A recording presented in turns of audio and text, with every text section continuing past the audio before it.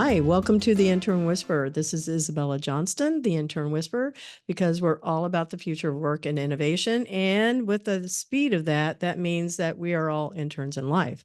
Thus, the name of the show. I want to welcome Emily Walker with Black Orlando Tech. She has her own gig going on. She's going to tell us about it.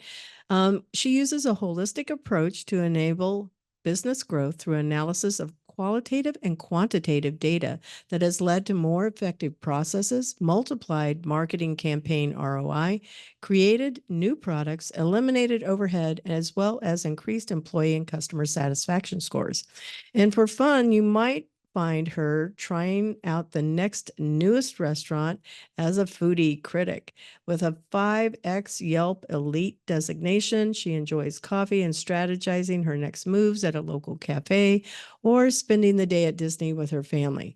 And as Walt as Walt Disney says, all our dreams can come true if we have the courage to pursue them. And that also allows for having gap moments in our life. So, Emily, welcome to the show.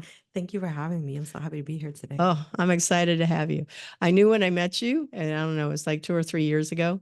I went, oh, she's somebody that I want to eventually be able to interview. So I build this list, and because my list is so extensive, it takes me a while to get to people. But I knew when I met you because you're so bubbly. Thank you. So our show is all about learning, technology, and the future of industries and jobs. Tell us about yourself using only 5 words and why those 5 words. Now, we talked about this before the show. You said resilient. Why? I am the product of probably every negative statistic that there is. Why? What do you mean? Single parent. I grew up in Section 8 housing and have overcome so many different things. That single parent had a lot of mental instabilities, drug addict, and just there's so many different pieces to the things that you go through as a child in overcoming those things. And so, like, despite everything that was going on at home, school was always a safe place for me. It was a place of learning and building friendships and creativity. So then, moving fast forward throughout life, I knew that eventually, thanks to an amazing second grade teacher who said, you've got to go to college. Like, you've got to go to college in order to change your situation. That's cool. And so, then moving forward, I ended up being a single mom for a little bit later on in life, and have gone through multiple instances and reiterations of myself, from education standpoint um, to careers, and just always and forever changing and finding my way in this beautiful world with the help of lots and lots of amazing people around me, because I've had the ability to create my own life by choosing who I want to have in my life. You used a key word there, choosing, because I don't think that people recognize the amount of power they have when they choose people in their life. Right. That can be family, it can be friends, right? Exactly. It can be that significant other, but it's always a choice to care for a person, to love them. Right. I always think it's funny when people say they fell out of love, and I go, that's a choice, Yeah. you choose that because you choose to stay married to someone. You also choose to leave someone. And that's friends, family. We could go down a rabbit hole on that one, We in sure my could. opinion, because it takes two to make that couple work, and that Yes. partnership work. So you can choose to love that person, but you may be completely unhappy and unfulfilled because you're not receiving it in return. That is true. So that there's two perspectives to that coin. Yeah, that's a choice, but do you want to stay in a relationship that you're not receiving in return. Yeah, yeah. I understand completely. When I was saying that, I wasn't dismissing anybody else's, the other person's responsibility, whether Right. it's a friend, a parent, Right. a sibling, whatever, because we all have needs in life and it has to feel that it's reciprocal. Right. Yeah, Exactly. yeah. Exactly. So determined. Determine again, that goes back to the resilience of having all of these obstacles against me. Not knowing who my father was, not having a supportive family system, but finding outside of that um love and affection from extended family, from friends, from teachers, from finding a community, and using that determination to continue on and have that reflect in my education and being able to finally make those choices for my life. Mm, Because you can't control your life when you're a child, but you can when you're an adult. yeah, yeah. To a certain extent, you can, but Yeah. when you're, having to be cared for and housed and fed and stuff, you're dependent upon that Right, people. exactly. And so it takes a certain amount of determination to move forward when you're faced with so many different obstacles and get your education no matter what you're facing and continue to, fight through Maslow's hierarchy, right? Hmm. You it's very hard to reach those top levels when you're fighting for your life, for Yeah. food and water and a roof over your head. Yes. Analytical. Um, I'm always analyzing everything in my surroundings, not just numbers. I think that's what makes me very good at combining that quantitative and qualitative space, because I've done it ever since I was a kid, probably as a protective measure, to analyze who am I around and how are their actions going to impact me. So analyzing every situation. And so that just kind of reverberated into this amazing analytical skill set in my work experience in my career. When you were mentioning that about the analytics, I feel like there's a definition that people have about analytics. It's like, Mhm. that just means that maybe you're like cold or you're distant or you're not personal. And Right. that's not who you are. Not at So the all. way that you were just describing all of that Yeah. really, it reframed, I hope, analytics for a lot of people because I think I'm analytical also, but I'm super, super on that other side of extremely extroverted. And that's where I get my energy from. So I don't know if people would describe me that way. Right. And I can be extroverted. What do they call that? The extroverted. Introverted and Yeah, introverted. introverted. Yeah, Yeah. I'm definitely an extroverted introvert. Where I can put it on when I need to. But different scenarios don't necessarily energize me. When I'm done with this podcast, I'm going to be completely exhausted and I have a full day ahead of me. You Uh, do. And somehow you're going to have to pursue, right? You're going and to have to that's make still gonna sure. happen because determination and because life still needs to happen. So that's how you continue to pursue. That's life doesn't Yeah. stop happening. That's the ultimate situation. Yeah. So, yeah, totally. Um, so your next word was empathetic. Empathetic in the fact of, because I've been through so much. There's I think that social media will show you how many people now have also been through so many traumatic experiences, and we didn't have that, but it can also seem like a lot, but it's really just a small part of the population. Because people are private and they And don't always want to right, share. and they don't always want to share, so you don't know what people are actually going through. And being able to share those experiences helps you, in a weird way, give you solace in ways that maybe it shouldn't. To know that you're not the only one who have faced those situations. However, um, it builds empathy because you can identify with that person, and you can identify with their situation. I have a huge heart for the homeless and for people who have access to food and all of those things because of the things that I've been through. So when you say that, do you share openly on social media the things that you've gone through? Because I will, but I'm selective and I don't do it on social. I do it one on one.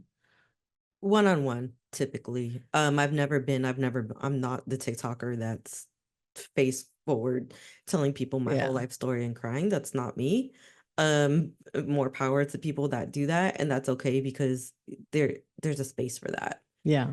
Um, that's not me personally. I'm definitely on the opposite side. My So you're like my me, one moving on side. one. It's definitely a one-on-one Yeah. situation. I don't mind now because we're on a podcast. There's an odd sensation of I know that people are gonna hear it, but Hmm. um, and that's okay. Yeah. I'm okay with that, but I'm not. It's more of that conversation that we're having right now. You're right. But the thing of it is that, and I use the word but, it should be and the thing about sharing, even on a podcast, you're still in control of what's being said. You're deciding how much you want to release and share to the masses of people. So I do the same thing. I'll only go this far and I go, if I feel like I can trust you, and that includes the internet of all things, Right. going, I know it lives forever. Exactly. Exactly. Yeah. And I know that one day I will probably share my entire story with someone. But I don't know that Well, that's I the day. imagine it's your husband knows, right? Oh yeah, of course. Yeah. The closest people to you Of can know course. those things. Yeah. Yeah, yeah. Yeah. I I get it. Your last word is thoughtful. I would pick that one honestly as your first word. I know you led with, resilient, and Yeah. I understand why it's very personal for you.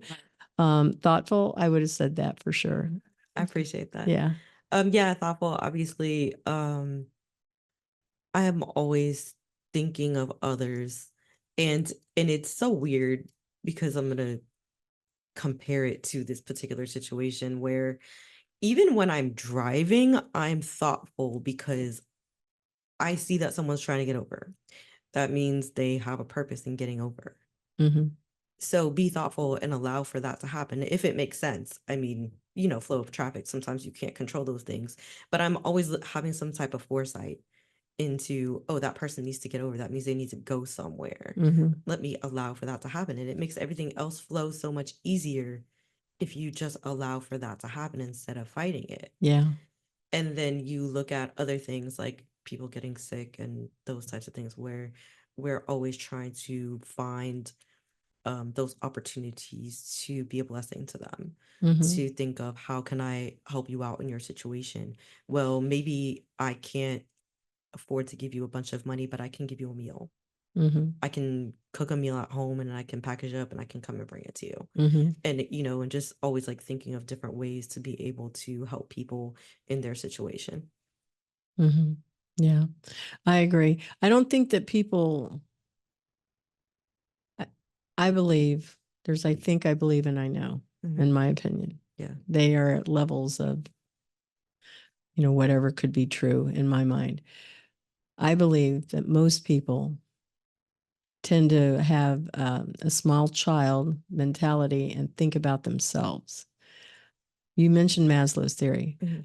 I don't think most people go that high up, because when you talked about the homeless, I'm very aware of that. I Mhm. myself have been homeless, and Mhm. it's very, I don't often share it, and I know I'm sharing it on the air. Mhm. My youngest brother was because of drugs. My circumstances were a little different.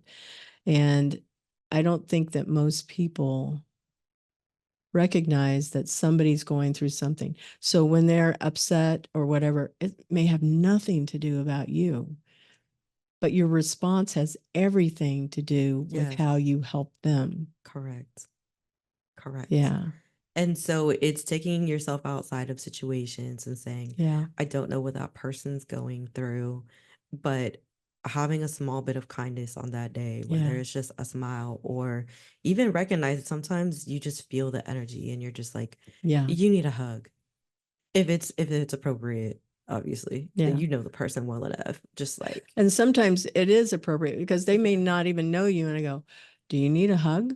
And I'll ask them and they'll go, yes. People need, I don't know if you know this, yeah. sorry to interrupt you though, No, that's great. but 7 touches a day. And that might just be on the hand. It could be shaking hands, touching their shoulder, but 7 touches a day to believe that they have been loved, seen, heard. Right, and I think that's actually one of the worst things that they say that homeless people, like truly homeless, not sheltered Yeah. homeless, but truly homeless people go through when you're standing on a corner with a sign. Am I seen? Am I even seen? And that's like one of the biggest heartbreaks. It is, so I really try to acknowledge and see people when they're there. And if I have an extra bottle of water that I haven't opened, or a couple of dollars, yeah, I'm gonna give it to you. And if you use it on drugs, that's on you. But I know in my heart that I tried to give it to you so you could have a meal. And so hopefully you use it for that. And I've always, in the past, we've even had like clothes in our truck that we're gonna give to Goodwill. Hmm. I've pulled over and given people clothes, Yeah. because it is so extremely difficult. People don't realize the amount of things that it takes to get out of that situation. Oh, get a job. Okay, how? You don't have a license anymore. You're homeless on the Yeah. street. Yeah. You don't have an address. You don't have an identity. You You don't don't have have an a place. identity. You Yeah. don't have anything. So, how do you take yourself out of that situation without any programs in place Mm. Yep. to change that situation? How do you do that? Mm. Because most people, like you said, they think about themselves. They're not thinking about all of the steps that it would take for them to actually get out of that situation. It's like, thankfully, when we were homeless, it was more of a sheltered homeless situation where we were living with someone, but we were still technically homeless, Oh, yeah. I've you been know? there for a long And time. right. And so you know what it takes to get out of that, where you move into the situation of, okay, now I've finally got a place, but now I have to figure out how to get furniture. Mm. Now I'm living on an air mattress, at least for now, until I can get a bed, Hmm. until I can buy some dishes, until I can, and how much money it takes to get out of that. Yeah. And you don't have deposits. Right. There's just so much. It escalates for Right. sure. Um, all right.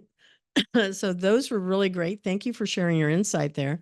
What about your educational background? If you want to start with where you went to college, or if you didn't go to college, that point of life of your first job, but how did you get to be where you are now?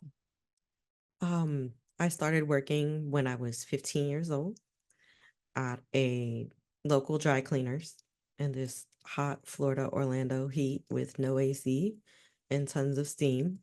So that's where I started, as far as my career path was concerned. Long before I graduated high school, and then I actually came here to Valencia, East Campus, for a semester. All right, go Valencia. Another Valencia person right in the building. For one semester, and then I dropped out, because of a tumultuous situation with my mother at the time, and just kind of going through. I'm 18, and who am I? And going through that transition into adulthood. Um, Took a break for a while, and then found myself saying, I don't want to work two jobs forever. I ended up at Everest I for know the school, yeah. an associate's in science, paralegal degree. And then that degree was worthless. Um, I had my daughter during that time. She was one when I graduated my associate's degree. And then I went in order to consolidate my student loan debt, because I was out of work during the recession from 2008 until 2013. Hmm. Um, 5 full years. I went back to school during that time, went to Ashford University online for a bachelor's in social sciences. Um, and then I migrated into a master's in public administration with Ashford.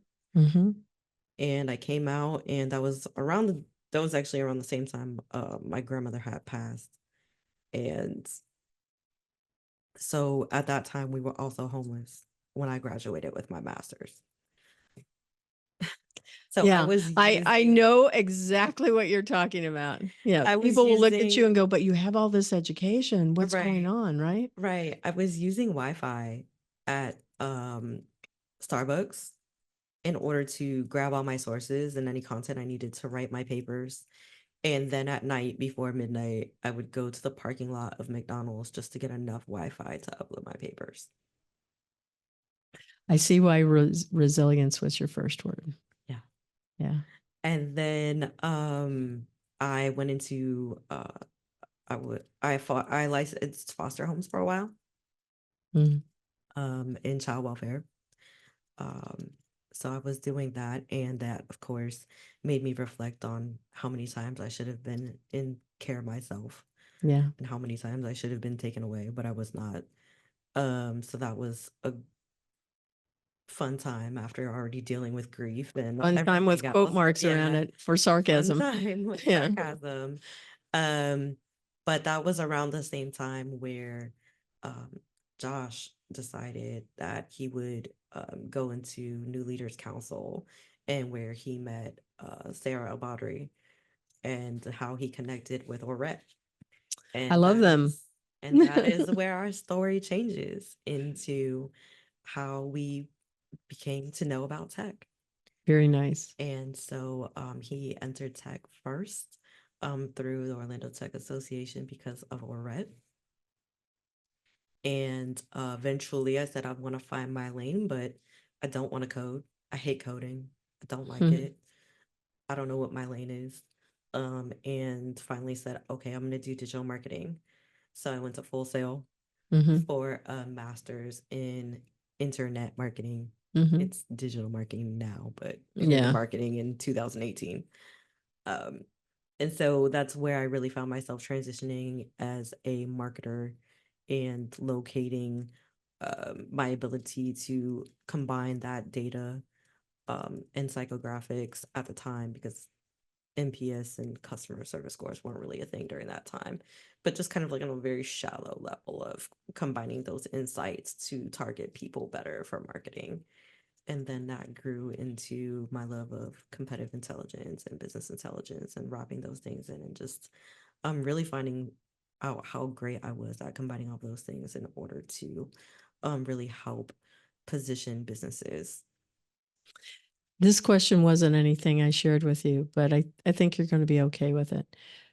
So, is there anything you would have changed in your life having gone through so much? Because it obviously shapes who we are and makes us so we're a better person than what we could imagine. Because I asked myself that question, is there anything I would have changed in my life? And I went, there's things that I'm not proud of, Right. and one that I'm ashamed of, but I don't know if I would still change it because it's I made me better. Right. I couldn't change anything because it still wouldn't have led me to where I am today. Right. I was exactly where I was supposed to be at those times, Mm-hmm. in those life moments of learning out who I was and trying to figure out who I wanted around me. The ethical And dilemmas, right? yeah, and it's still that nature versus nurture Mm-hmm. situation of, if this didn't happen, if I wasn't around these people at that time, would it have led me to where I am today? Mm-hmm. And I have to believe that that's not, if I had made better choices, if I had stayed at Valencia at that time, and persevered through those situations, you know who would I have been today? Mm-hmm. I could be a completely different person. Me and Josh might not be married. I Mm-hmm. might not have my daughter. Like, there's so many things in my life that have completely changed just because I dropped out. Mm-hmm. You know, I'm just gonna build on it just a little bit. So I went to University of Florida my first 2 years. I transferred to FSU and married the guy I was seeing at the time, but I'd spent too much time with him and not enough in school, so I got kicked out of school. So did the walk of shame back home. My parents said, "Well, now you can put yourself through school because you chose this."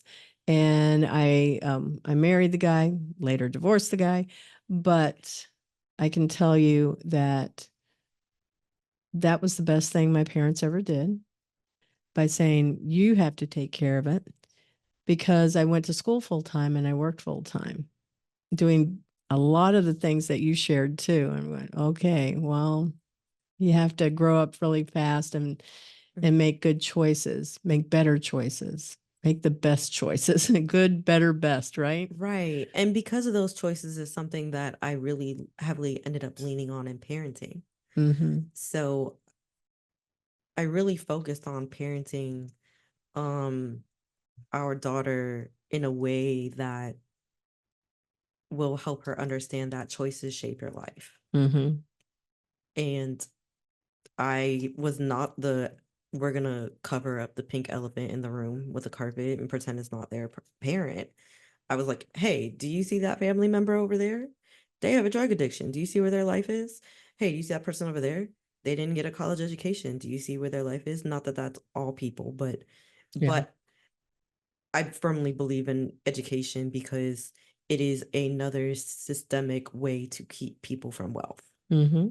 Even though it can detriment you in your financial because of student loans, it will still ultimately keep you from making a certain amount of money if you don't have the right amount of other things in your life Yeah. to be able to sustain like a business or something in that nature. I rarely say something like this publicly, but when I was reading your bio, and I'm going to make this a public thing, just so you know, It's because fine.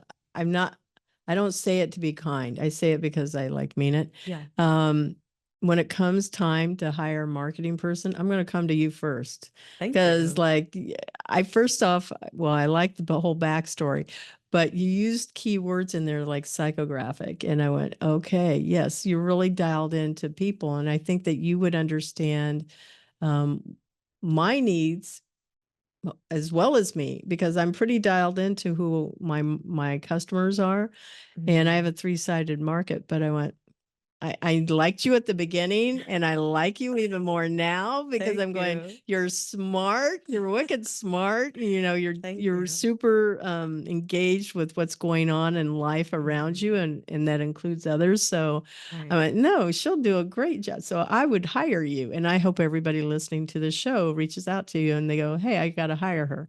Well, I appreciate that. I'm definitely up for anybody that would like to hire me for marketing. I'm here for that completely. Reach out Yeah. to me. But Yeah. yeah, that's actually one of you're talking about those external circumstances, right? Mm-hmm. And so when I was working for a credit union during COVID and um just looking at all of the previous data for their particular auto loan, we had a pretty consistent ROI throughout. And then all of a sudden in 2021, in the time when everybody gets they always get their income tax refunds, so they're Mm-hmm. going to go out and they're going to get a car.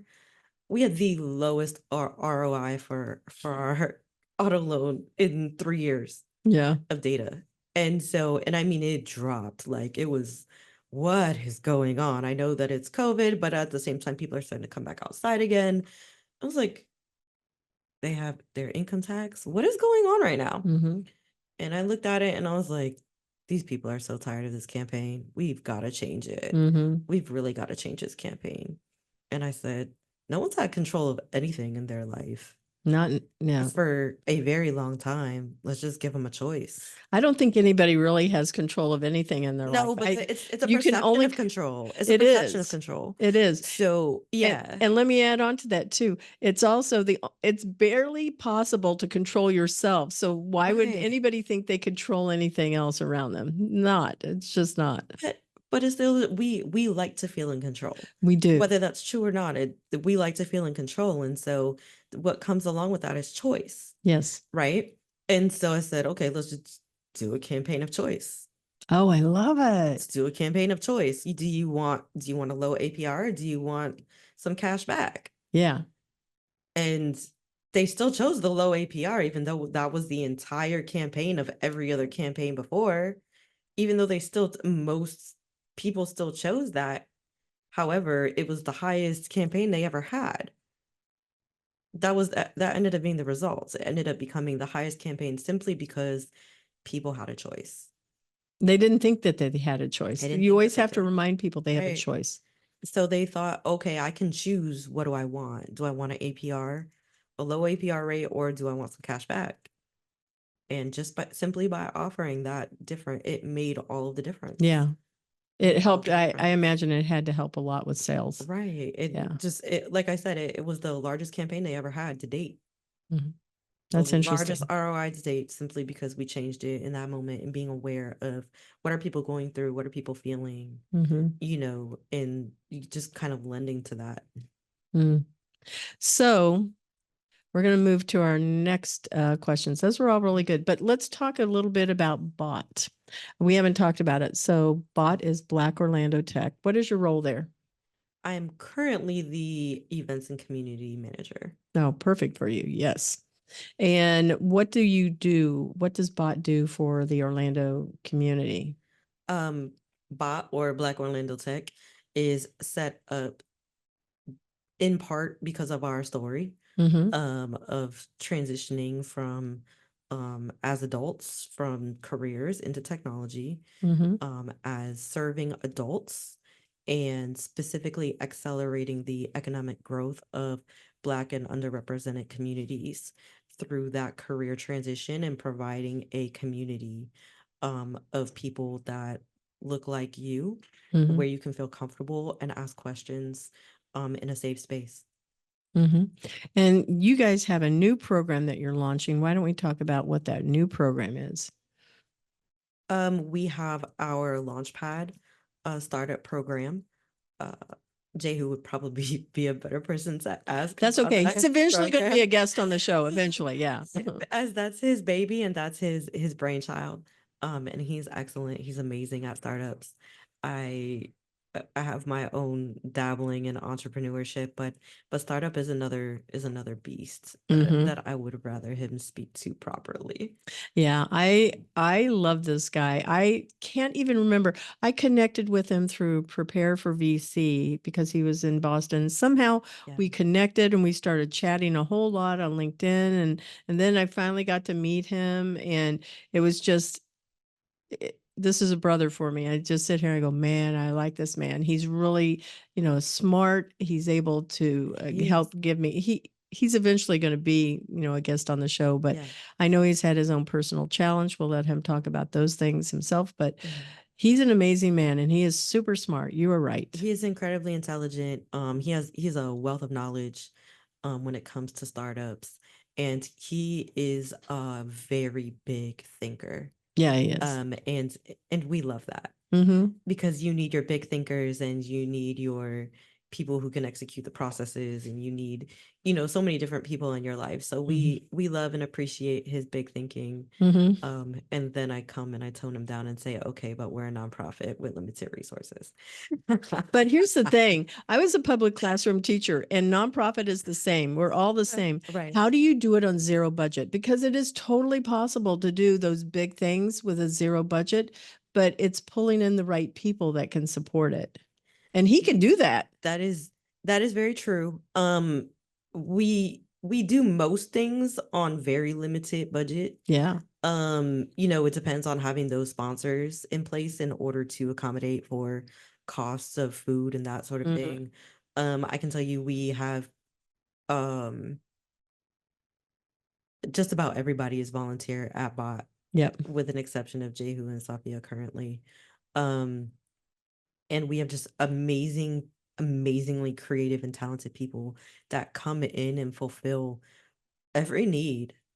God always provides every need. Oh, he does. Every need. When you need something, even when you don't realize that you need something, someone comes in and says, "Hey, I can do this." And you're going, where did that come from? Right. And you're like, "Oh, okay, that's fantastic." Or maybe we were just having a conversation about how it would be really nice to have someone do, a specific niche for bot, or to come in and speak, and all of a sudden we have someone coming in and saying, "Hey, I can do that." Yeah. And so we have great intent and we plan for our year, and sometimes those plans go completely left because something else completely amazing Hmm. comes. And so we just kind of go with the flow a lot of times, where you won't see us announce uh an event maybe 3 weeks in advance, unless it's like a collaboration with someone else. Maybe it'll be, further. Hmm. But when it's us planning, sometimes it's 3 or 4 weeks in advance at most, that we're saying this is what we're going to be doing and who's going to be speaking and what topic, just because something else sometimes pops up and says, "Hey, I'm here." And we're like, "Oh, you know what? That's great. We're going to focus on AR this time, Hmm. or we're going to focus on a different topic than what we had originally planned." Hmm. Because people come up and say, hey, we want to speak, and we want to give them the platform and opportunity so that way they can use that platform and opportunity in their career. They can be highlighted and looked to as the expert, as we know that most communities like ours don't get those same opportunities. So we're Yeah. here to provide that opportunity. Yeah. You mentioned Orette, and Orette is one of the people that had originally started Orlando Tech, I think it was, way back, right? Orlando Tech Yeah. Association. Mhm. And that's where I met him through Starter Studio. That's where I met a lot of the people that are in the startup community is there. Without them having an on the ground presence, it's a little bit different. They've moved everything to cloud based. So I really love the fact that you guys are out of Credo Conduit and you guys are very active in the community.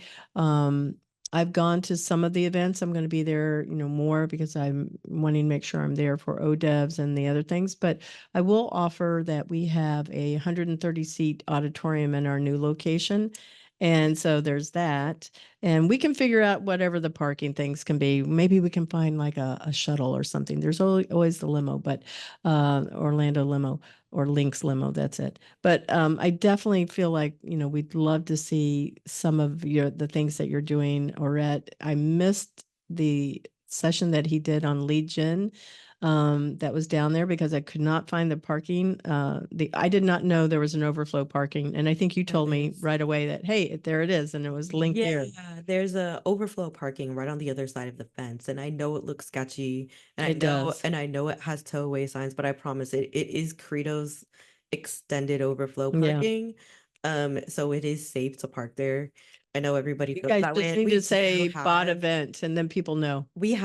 on all of our Eventbrite emails, we have the diagram for where all of the parking spaces, including that one Yeah, right behind there, is on there. So we really do try to communicate that there is overflow parking. Um, as well I know it as, for next time. yeah, you know it for next I time. do, and I will do it. And we're also expanding on our locations for some future events. So we're really excited about Okay. that. We're going to talk off the air then, for Yeah. sure.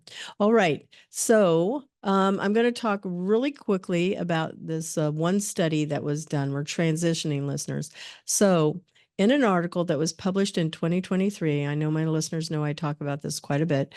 Researchers at Martin Luther University, Hale Wittenberg, the University of Bamberg, and the Ohio State University published a meta analysis which looked at the data from close to 130 experiments that explored power posing. There were a total of 10,000 people doing this. And I heard about it from Grey's Anatomy, where they were actually demonstrating what it looks. So it's your feet are slightly apart, your you got your arm, your hands like in a fist, and they're on your hips, and you're gazing off. Your shoulders are back, your chest is out, and I have seen that it definitely makes me feel more strong and powerful. So I started doing it when I get like a little down on myself or whatever. Mm. You are a fan of power Yeah, posing? I am a fan of power posing. I've done it before interviews. I've done it before any kind of public speaking. Mm-hmm. And I realized that whether we realize it or not, a lot of times we do it in our photos. Yeah. We are taking that power stand, even if it's like one, it's always that one hand on the hip. Yeah. You gotta stand up straight and tall. Yeah. And maybe it's not both, but you're just, you're in that power pose. And I think that it plays such a big part in us as individuals and our personalities, but also because we were having a fun little back and forth earlier about how short we are. Yeah. So, whenever I'm in a room, I'm usually trying to wear heels to try to give that additional height, Yeah. and then you add on the power pose to be able to make your presence known.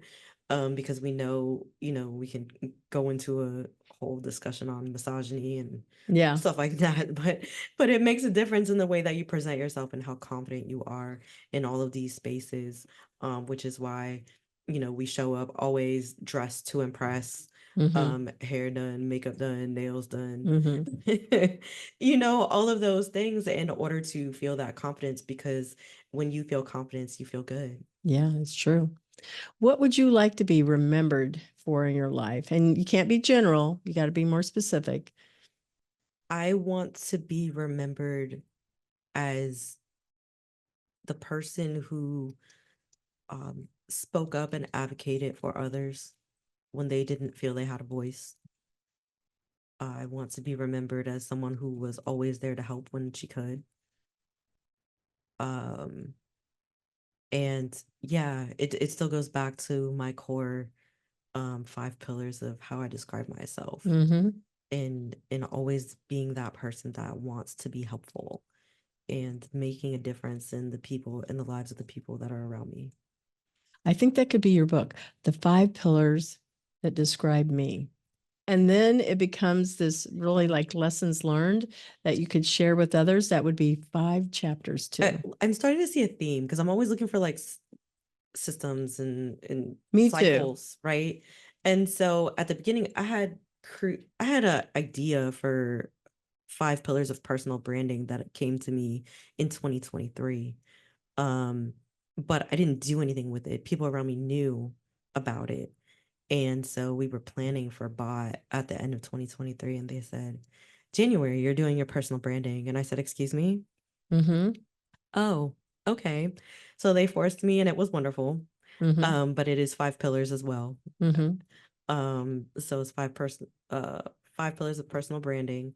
And so I did that talk, and then the amazing Stephanie from the Black Health Commission had said, "Hey, will you do that talk for us at Black Health Commission?" And I said, "Sure." So it became a thing, and now I'm that has now evolved into um a future talk that I'm going to be doing for the Homeless Service Network. It's not up yet, but it's going to be to the 18 to 24-year-old range for one of their programs, and it's going to be on meeting facilitation and personal branding. I'd like to do something with you. I'm going to put it out there too, because Okay. when we make it public like that, it's more likely to happen. I have been doing some vision boarding, Mhm. and I feel like your five personal pillars of personal branding, alliteration there, would be really interesting to do that with, Okay. because combining it with the vision boarding and people would be able to see that that can happen. Mhm. I do a lot in the space of servant leadership and peer and reverse mentoring. So we'll talk offline because Sounds I'd great. like to do a couple of things with you. Sounds great. All right. Exciting. Yeah. So we're going to take a little break and we're going to acknowledge our sponsor, Cat 5 Studios, and we will be right back. The Intern Whisperer is brought to you by Cat 5 Studios, who help you create games and videos for your training and marketing needs that are out of this world. Visit Cat 5 Studios for more information to learn how Cat 5 Studios can help your business. Thank you, Cat 5 Studios. And we're back to the second half of our show where we talk about 2030, the future of jobs and industries with the amazing Emily Walker. So I'm so glad she's here. So, Emily, what do you think 2030 will look like in the world, according to your industry and potential jobs, since you're in marketing? And when I ask that question, keep in mind we're 2024. So this year doesn't count, 2030 doesn't count. So we're basically seeing it in like 4 years, pretty much. Whew. Okay. So, and I know this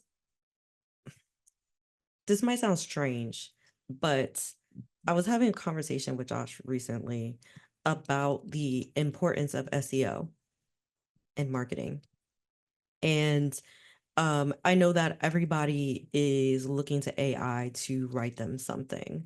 However, there is nothing like natural conversation and language that actually speaks to the heart of your customer.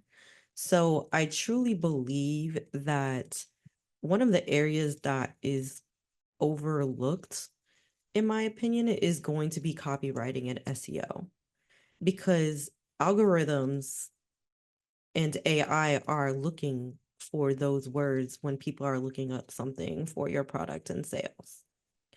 And they aren't going to want to see that reverberated AI text. They're looking for more of a natural progression type text. As Mhm. we know, most people have what, a fifth grade reading level. Yep.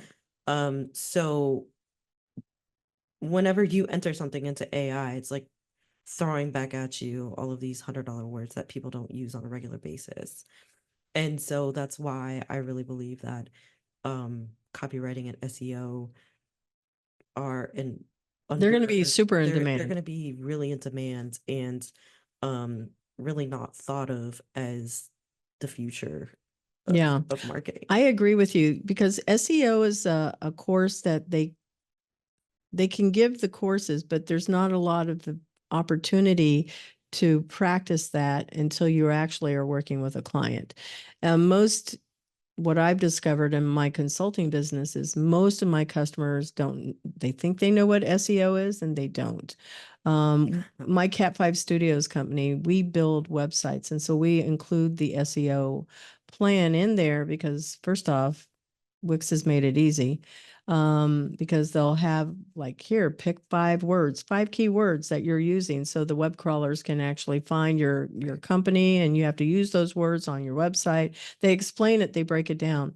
And then they also provide, okay, you need 30 tags that you're going to use for your blog page. So you're really thinking about more strategically is, what are these words that I'm going to be using so people can find me? That made it easy for customers, I think, that use that product to understand it, but they don't teach that in school. They don't teach how that can help drive traffic. And to your credit on copywriting, I would say it's the same. AI is great for giving you a draft. Right. Now personalize it, customize it. Exactly, because it's not meant to be you can read, anyone who's been in tech for half a second can read a paragraph from AI and say that Yeah, came you from can tell. AI. You know that came from AI. And so you read it and you're like, it's not believable. It's not heartfelt.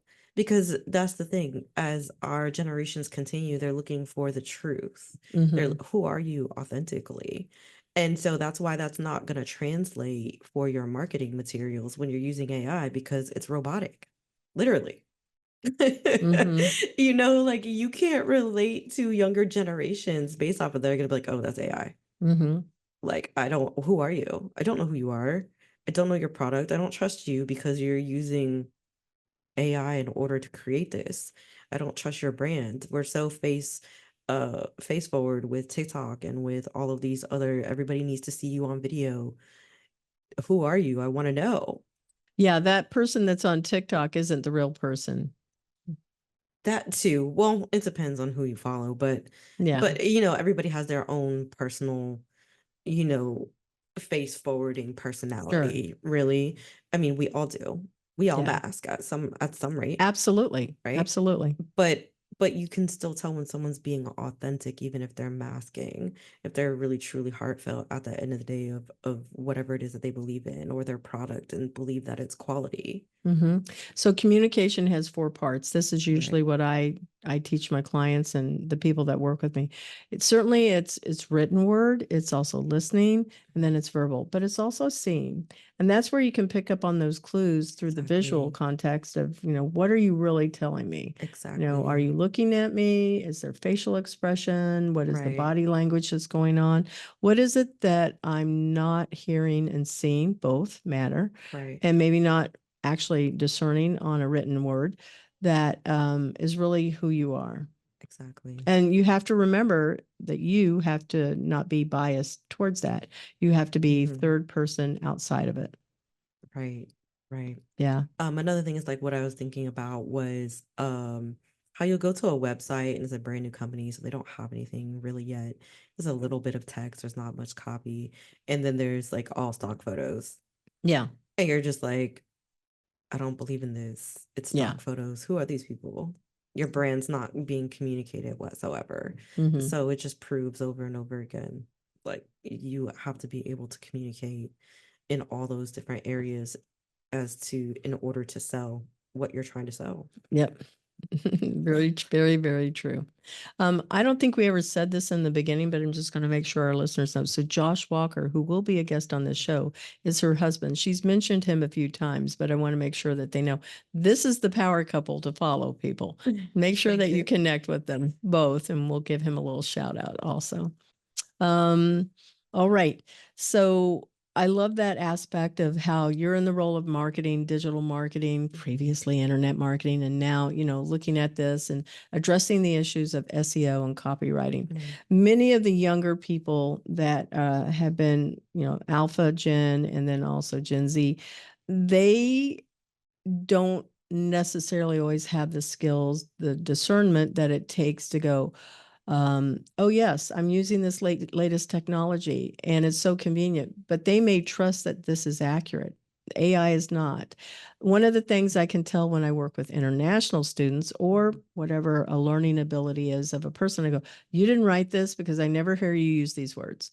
This, you have an accent Right. and the way you pronounce things and say things is not the way that you're being portrayed here. Exactly. I want to hear you. So make sure whatever you're writing, it actually sounds like you. Mhm. You don't need to sound like AI. Right. Yeah.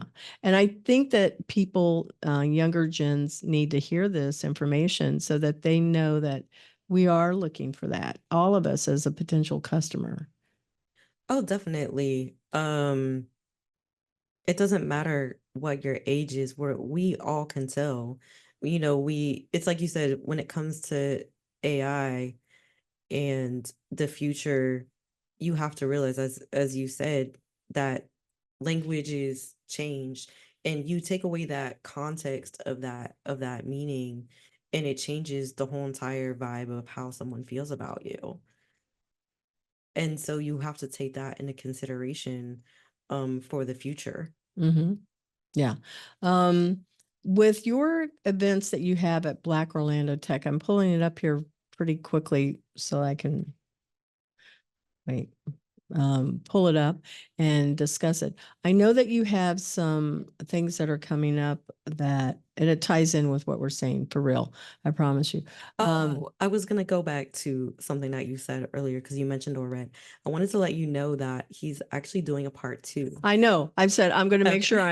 I'm first person in the room. He's doing a part two. He's doing it on webinar, so you don't have to be in the room.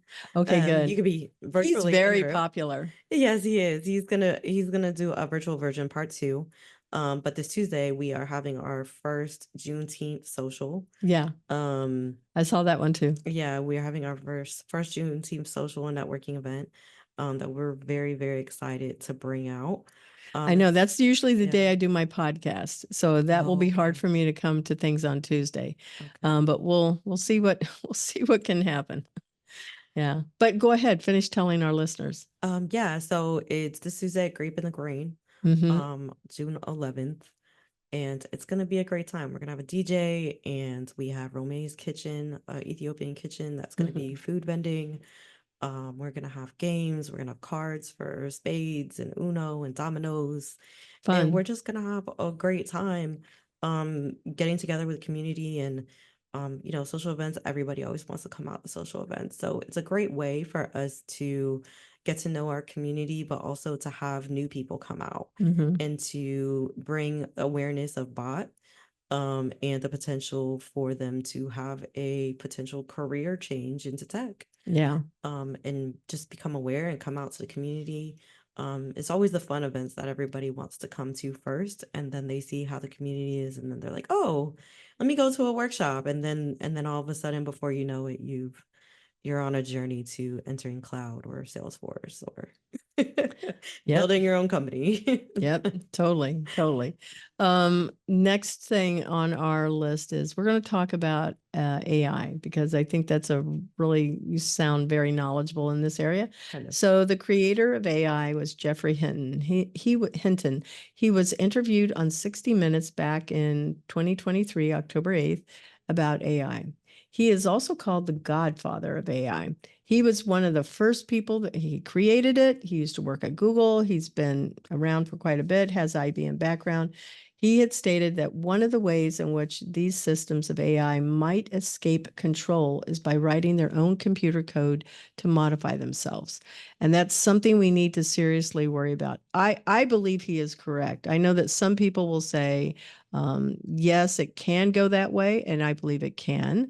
I also think that people say, oh, no, that won't happen. I think that their head is stuck in the sand a bit because if something is not watched and there are not good stewardship around it, then yes, it can.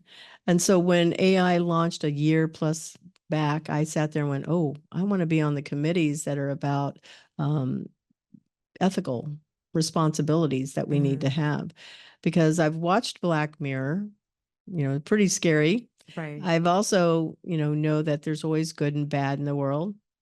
person of faith. Right. And I believe that we should not take it for granted that, oh, it will always be used for good. No, it won't. Somebody will try to take it off track, and Agree. they've already tried. Agree. So, how do we make sure that we don't get stuck in these ethical dilemmas? I see a lot of ethical dilemmas. What do you foresee? One of the biggest, as we know, the reason why bot exists is because we are not in the rooms of creating these technologies. Whether that you're Black, Latino, or a woman, whatever your particular um Race, ethnicity. race, ethnicity, gender bias, all of these different biases that come into play are not being considered because those technologists are not there in the room helping to create.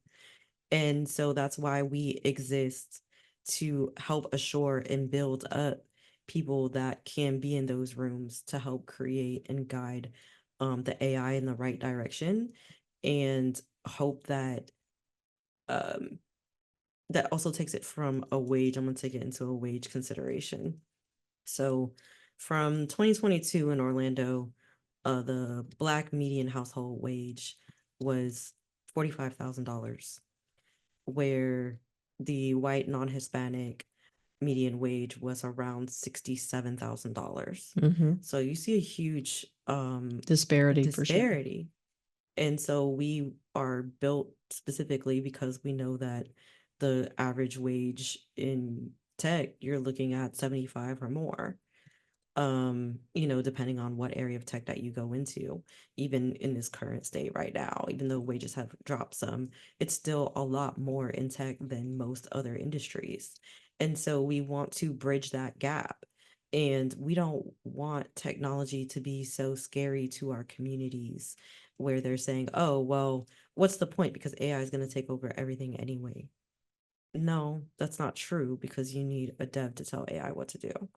And so if we help you get into these spaces and have those voices to stand up and to come against those biases, then hopefully we won't be left behind. Mm-hmm. And so that's why we're working so hard to bridge that gap. Mm-hmm.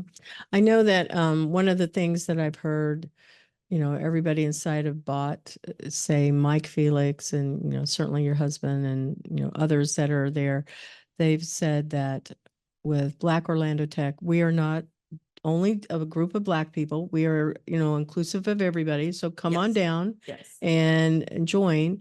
And I find that really great that they're saying that, because it's super important for people to feel that they can be included. But I know you people, and I know you genuinely mean it. So I'm going, yeah, so I have been going. I'm making sure I target some time to get there and be in the places that matter, for a lot of reasons. Representation, right? Making sure that others feel included. I'm a woman in tech. It's hard enough for us. We're women. And so we're way below every color of man above us.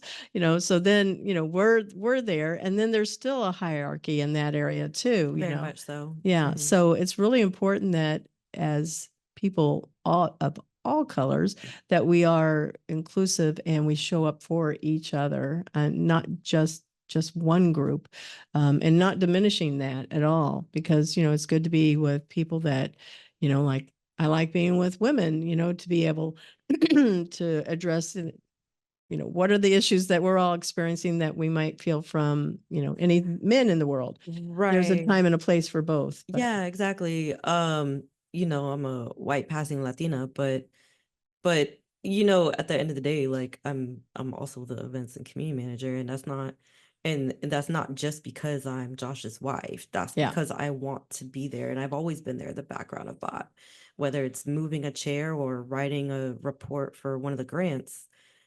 I'm doing whatever needs to be done because I'm passionate and because I want to be here. Mm-hmm. And that's inclusive of anybody that wants to be in the room and to be an advocate. Mm-hmm. And that's the key.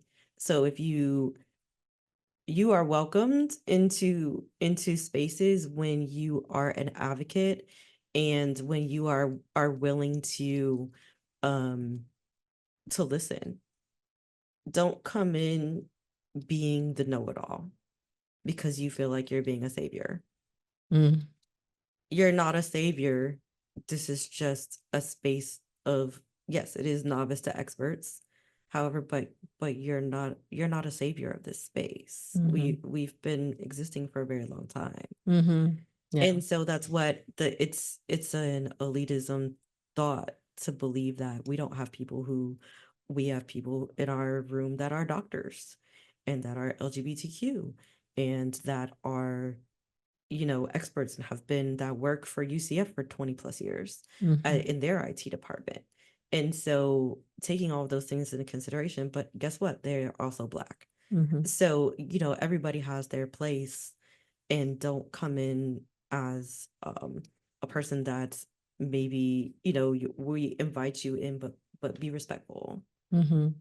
is really the ultimate thought. As long as it's respectful and being an advocate of the space, then you're welcome. I I look at people very differently. I'm sure there's others. I mean, I'm not the only one. I pay attention to the world up and down first because I look at it and go, okay, who do I belong to? It's Christ. How am I supposed to live my life? It's to serve him first. And then I look at what's going on around me next. And so that always makes the cross for me. Mm. And that reminds me of why I'm here and what I'm supposed to be doing. You said something. You're always welcome to spaces when you want to be an advocate and also listen. I think that's the best quote so far out of the whole Thank show. you. Yeah. And I'm going to lead with that one in my show description for you. And I feel like if people would remember to look and to listen and to be mindful of what they don't see in people, Right. that is how I look at it. I look for what I don't see, what I don't hear, what I don't experience about you, because those are the things that are really true about a person. Then they may be an introverted person. That's got nothing to do with me. It just means I have to Right. dial into what is it. Right. It can be that they don't have confidence. Okay, that's not about me. That's about how do I help them, gain more confidence. So it's paying Exactly. attention to all of those things about Exactly. others for sure. And that pays into thoughtfulness, Yeah, yeah. right? Being thoughtful And empathetic. and yeah, and empathy. Yeah, Mhm. very much so. So what is the best mentoring advice that you want to share with our listeners? For it can be about the future, it can be about something that you've gone through. I usually say future, but honestly, we're always learning, so it can be anything that you want to share. Um, I come from a space of helping, as we've talked about in the current theme of this podcast. And so when it comes to mentoring others, I look in two different directions as most mentoring should happen. So you have your person that you're bringing up and you have your person that's ahead of you, Yes. right? And you know, never being a barrier to those that are below you, giving Mhm. them the full information. So I think that's and this is going to go off topic a little bit, but I think that's one of the biggest pain points of people right now in interviews for a job. They are interviewing and they're going through all these hoops and leaps, and then they hear nothing at the end and they don't understand why, because they're like, I have all of this experience and I have all this expertise, but you don't give a real reason why. And people want to learn from their mistakes, and they Mhm. want to learn from their experiences to be better. And Mhm. even maybe it really is a culture fit. I hate that term so Mhm. much, but in leading bot, I know that it's true. Mhm. I know there's so much truth to actual culture fits, and it's gross in so many ways because of the disparities in representation. Um, when you have biases and you're looking for people of a certain color. However, when it comes to personality, Mhm. is where are you teachable? Mhm. Because no matter how old we are, we always need to be able to learn from others. Mhm. And I guess that's where I'm really getting at, is that not only to learn from others, but also to give that feedback of how they can be better Mhm. in a way that is not harmful, but to offer resources. Mhm. I like that quite a bit because employers for change, that's my whole thing in there. It's about the ability to recruit, assess, and build culture that's about head smarts and heart smarts. And what I mean by that is your competency skills, not just the tasks that you do, but really problem solving, critical thinking, communication, research, time management, and creativity. There is the side of having culture fit, but culture isn't necessarily related to race, ethnicity, gender, those things, age. It is related more to the things that we're passionate about. Right. And then I use another aspect of personality type, which is extroverted or introverted, how you process, how you communicate. That's where those, it's not that you're shy, it's not that you're outgoing, it's how, when I say people process as an extroverted type, I have learned that I say something 3 or 4 times to be able to process it inside of my head to get to where I really am trying to say this. Mm. Introverted processors think it through in their head, they don't speak it out loud, and then they can say what they mean. It is important for both types to be able to go. The introverted isn't going, God, is she ever going to get to the point? And the extroverted needs to say, why is it taking them so long to say something? We really need to understand each other better and know that, again, it's not about you, it is about that person. Right, right. And understanding to, as you said earlier in the show, just wait, give them time, give them space for both of us. Correct. Correct. Kindness, right? Right. Grace. Kindness and grace.